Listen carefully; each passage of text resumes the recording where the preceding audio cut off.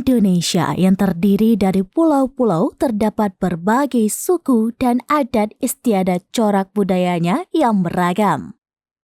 Begitu juga di Aceh yang berada di pulau paling ujung Sumatera, tepatnya di lorong Cojawi, Kampung Iitambaro, Kecamatan Woila, Kabupaten Aceh Barat. Ada tradisi warisan leluhur ketika jelang turun megoblang atau awal turun tanam padi, ada kenduri blang, dan juga ketika padi pada fase pembungaan, penyerbukan, dan pembuahan yang dalam bahasa Woila disebut masa roh pade, ada kenduri pade.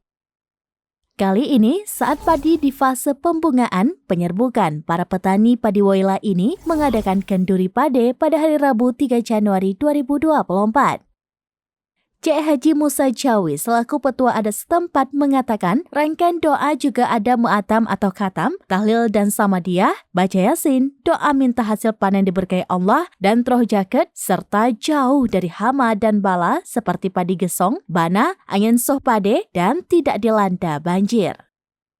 Tengkunya Umar Geleng menjelaskan, adapun filosofi adanya tepung kanji tawar dan beberapa bunga, mereka sawu pade yang sedang penyerbukan diharapkan selamat sampai panen, hampir sama dengan adat Aceh bagi ibu hamil muda, ada tradisi mebu milem atau hantar nasi ibu hamil muda.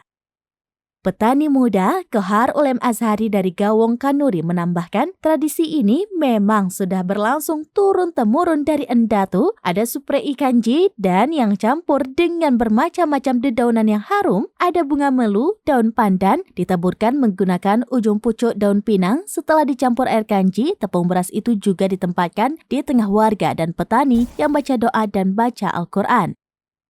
Kenduri pade dengan jumlah area puluhan hektar itu dihadiri oleh petani padi, para tokoh adat, sejumlah wanita, dan anak-anak. Acara disudahi dengan membagi nasi dan siprei dalam area persawahan. Terlihat hadir Tengku Mukhtar Mukim, Tengku Syarif, Tengku Amran Kujurumblang, dan Tengku Mustafa Husin Woila, wanita, petani, dan anak-anak.